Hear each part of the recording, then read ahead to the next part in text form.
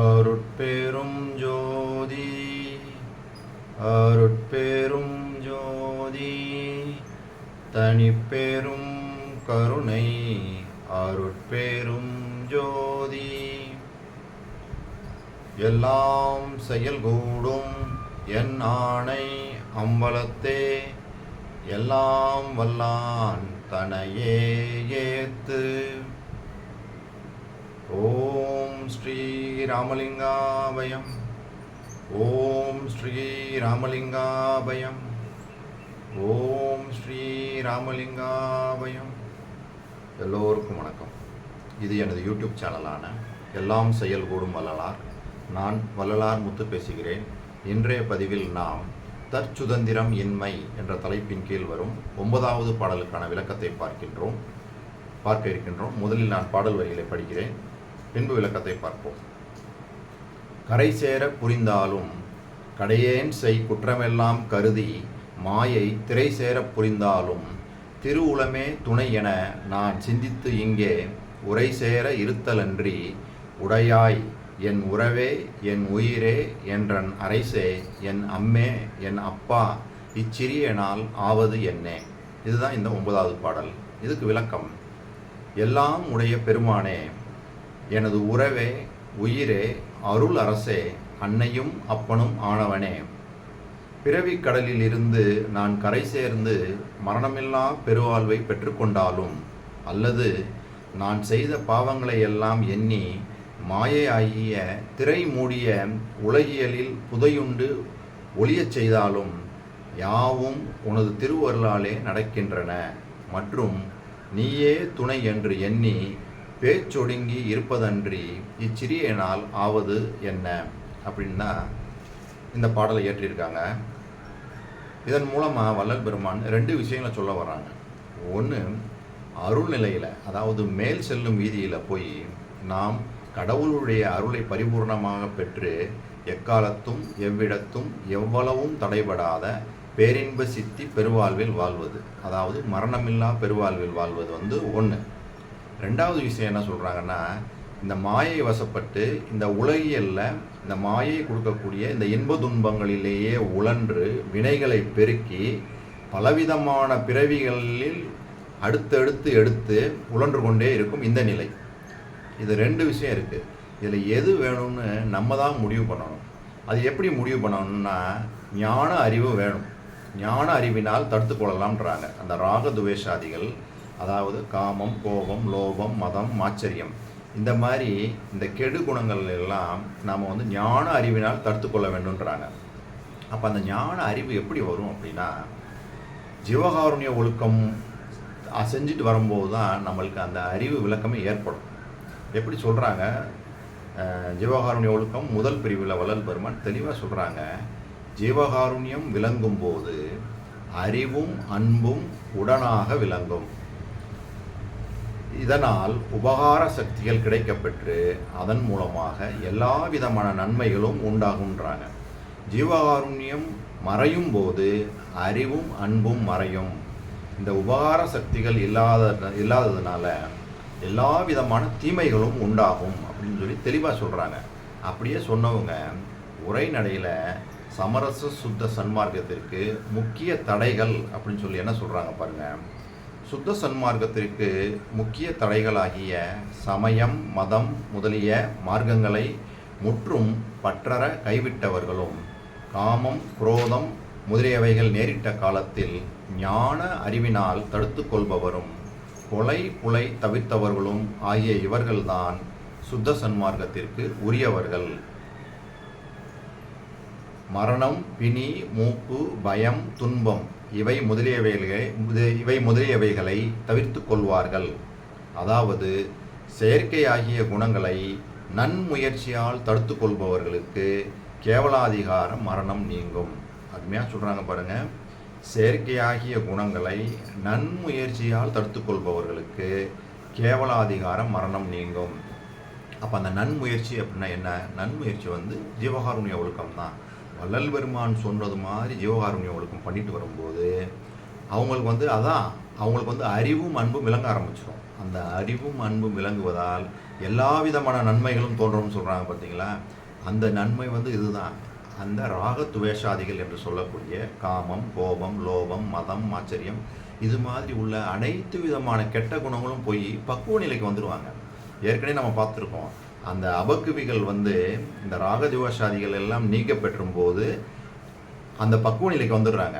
அப்போ கடவுள் அருள் வெளிப்படும் போது அவங்களுக்கு முத்தேக சித்தியும் கிடைக்குதுன்னு சொல்லி தெளிவாக நம்ம பார்த்துருக்குறோம் ஏற்கனவே. அதைத்தான் வள்ளல் பெருமான் இங்கேயும் சொல்கிறாங்க. அப்போ நம்ம இந்த ஞான அறிவை பெற்றுக்கொள்ளணும்னா நம்ம ஜீவகாருண்ய ஒழுக்கத்தை வள்ளல் பெருமான் சொன்னது மாதிரி செய்யணும். செய்யும்போது நம்மளுக்கு அந்த ஞான அறிவு உண்டாகும். அந்த அறிவுனால் நம்ம இந்த ராகத்வேஷாதிகளை தடுத்து கொண்டு அதன் மூலமாக மரணமில்லா பெருவாழ்வை பெற்றுக்கொள்ளலாம். இது வழி 1.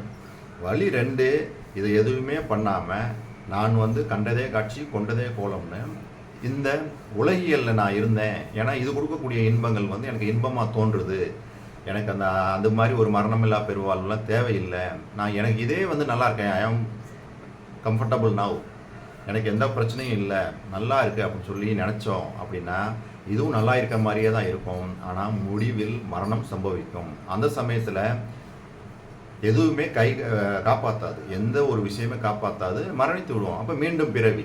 அப்போ இப்படியே போய்கிட்டு இருக்கோம். எது வேணும் நம்மளுக்கு அப்படின்றது சாய்ஸ் நம்மகிட்ட தான் இருக்குது. நம்ம தான் சூஸ் பண்ணணும், இது வேணுமா அது வேணுமா. அதனால தான் வள்ளல் பெருமான் என்ன சொல்கிறாங்க, சுத்த சன்மார்க்க நெறிக்கு வாங்க. சுத்த சன்மார்க்கத்தில் உள்ளவங்கனால தான் மரணமில்லா பெருவாழ்வை அதை இது பண்ண முடியும். மரணத்தை தடுக்கக்கூடிய வழி இந்த சுத்த சன்மார்க்கத்தில் தான் சொல்லப்பட்டு இருக்குது. இதில் இருந்து தான் நீங்கள் அந்த மரணமில்லா பெருவாழ்வை பெற முடியும்.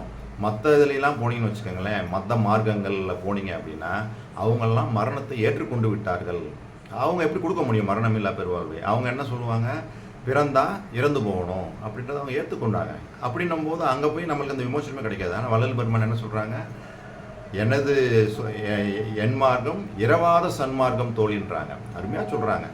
அவர் பல இடங்களையும் சொல்லிட்டு வராங்க, சாகாதவனே சன்மார்க்கன்னு ஒரே வார்த்தையில் சொல்லிட்டாங்க.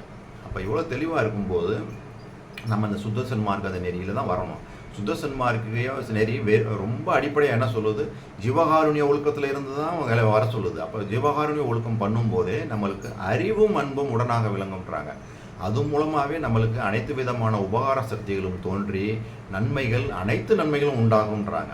சரி, இந்த தெளிவோட வள்ளல் பெருமான் 2ஆம் திருமுறையில் எப்படி சொல்கிறாங்க பாருங்கள், அருமையாக சொல்கிறாங்க. 7 வகை பிறவிகளுள் எப்பிறவி எய்துகினும் எய்துக, பிறப்பில் இனி நான் எய்தாமை எய்துகினும் எய்திடுக, இருமையினும் இன்பம் எய்தினும் எய்துக, வலுகை துன்பமே வந்திடினும் வருக, மிக வாழ்வு வந்திடினும் வருக, வறுமை வரினும் வருக, மதிவரினும் வருக, அவமதி வரினும் வருக, உயர்வோடு இழிவகைத்து உலகின் மற்ற எது வரினும் வருக, அல்லது எது போயினும் போக, நின் இணையடிகள் மறவாத மனம் ஒன்று மாத்திரம் எனக்கு அடைதல் வேண்டும் அரசே. அருமையாக சொல்கிறாங்க, உனது இணையடிகள் மறவாத மனத்தை மட்டும் எனக்கு கொடு, மற்ற எதுவுமே எனக்கு தேவையில்லை. வறுமை வந்தாலும் சரி, வரலனாலும் சரி, துன்பம் வந்தாலும் சரி, துன்பம் வரலனாலும் சரி, எது வந்தாலும் சரி, வரலனாலும் சரி, அதை பற்றி எனக்கு கவலை இல்லை. உன்னை மறவாத, உனது இணையடிகளை மறவாத மனம் ஒன்று மட்டும் எனக்கு கொடு. பாருங்கள் எந்த மாதிரி ஒரு சரணாகதி. அப்போ கடவுள் இதிலேருந்து என்ன தெரியுது, இறைவன் ஒருவன் தான் நம்மளை மேலேற்ற முடியும். நம்மளுக்கு வழிவகைகள் செய்து நம்மளுக்கு சரியான வழியில் அவர் தான் நம்மளை கொண்டு போக முடியுன்றது மிக தெளிவாக தெரியுது.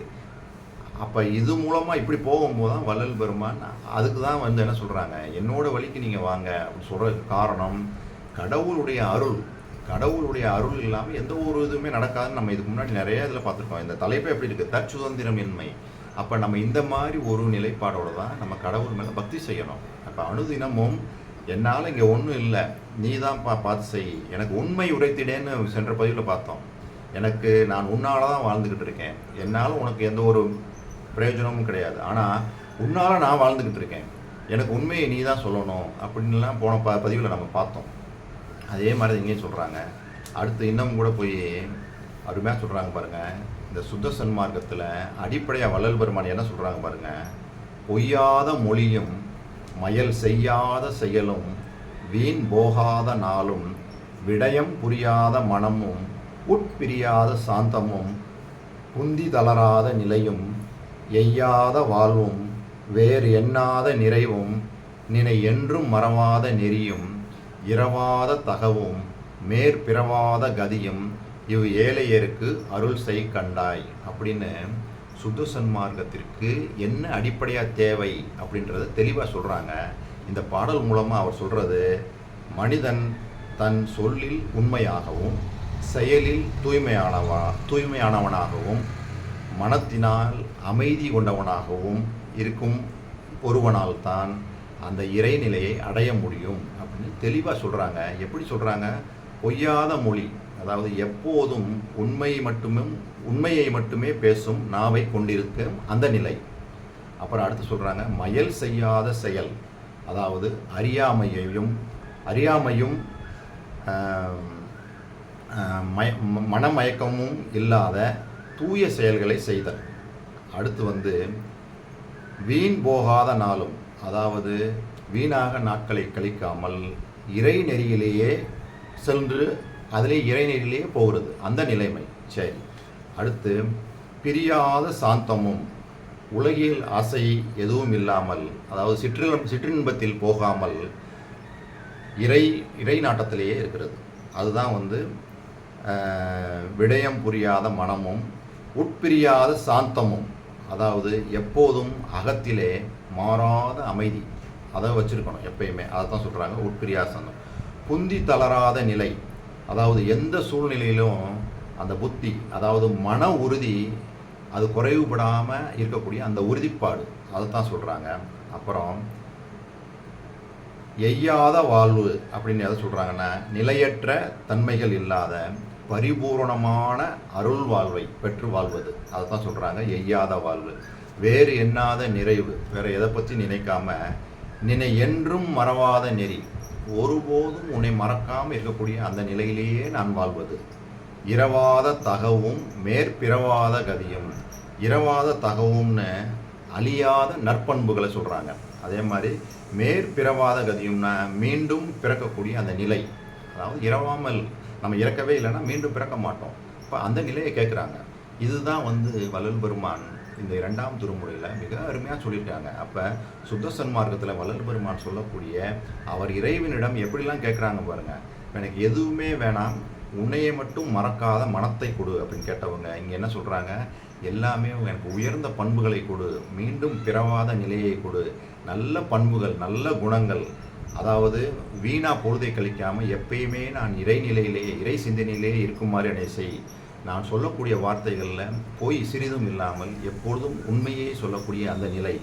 அப்புறம் விடயம் புரியாத மனம் என்றும் உட்பிரியாத சாந்தம், எப்பயுமே அமைதியாக இருக்கக்கூடிய அந்த மனத்தை கொடு அப்படின்னு சொல்லி. புந்தி தளராத நிலை, எப்பொழுதுமே அந்த மன வைராக்கியம், என்ன சொல்கிறாங்க பாரு, எந்த சூழ்நிலையிலும் அதாவது புத்தி தளராத அந்த மன உறுதி கொஞ்சம் கூட குறைவுபடாத அந்த நிலைப்பாடு, அதை கொடு அப்படின்னு தான். எல்லாமே நேர்மறையான எண்ணங்கள் தான் வள்ளல் பெருமான் போதிக்கிறாங்க. ஒரு சிறிது கூட எதிர்மறைக்கு இங்கே வேலையே இல்லை. இப்போ வள்ளல் பெருமான் இந்த மாதிரிலாம் வச்சுருக்கும் போது நாம் கரை சேர புரிந்தாலும் அப்படின்ற அந்த அருள்நிலை நம்ம மேல்நிலைக்கு போய் மரணமில்லா பெருவாழ்வை பெறுவதை தான் நம்மளுடைய சாய்ஸாக நம்ம எடுத்துக்கிறணும். இந்த உலகியலில் உழன்று இந்த மாயை கொடுக்கக்கூடிய இன்பங்களை எல்லாம் பெரிதாக நம்ம நினச்சோம்னா மரணம் சம்பவித்து மீண்டும் மீண்டும் பிறவி எடுத்து உழன்று கொண்டிருப்போம். வள்ளல் பெருமான் சொன்னது மாதிரி அருள்நிலைக்கு நம்ம வரணும் அப்படின்னா ஜீவகாருண்ய ஒழுக்கத்தில் பயின்று வள்ளல் பெருமான் சொல்லியிருக்கக்கூடிய அனைத்து விதமான போதனைகளையும் செவிமெடுத்து அதையெல்லாம் செயல்பாட்டுக்கு கொண்டு நாம் பழகுவோமே ஆனால் கண்டிப்பாக மரணமில்லா பெருவாழ்வு சாத்தியம் சத்தியம் என்று கூறி இந்த வீடியோவை நிறைவு செய்கின்றேன். இதுவரை பொறுமை காத்து எனது வீடியோவை பார்த்த உங்களுக்கு கோடான கோடி நமஸ்காரங்களும் நன்றிகளும். மீண்டும் நாளைய பதிவில் நாம் 10வது பாடலுக்கான விளக்கத்தை பார்ப்போம். அருட்பெரும் ஜோதி அருட்பெரும் ஜோதி தனிப்பெரும் கருணை அருட்பெரும் ஜோதி.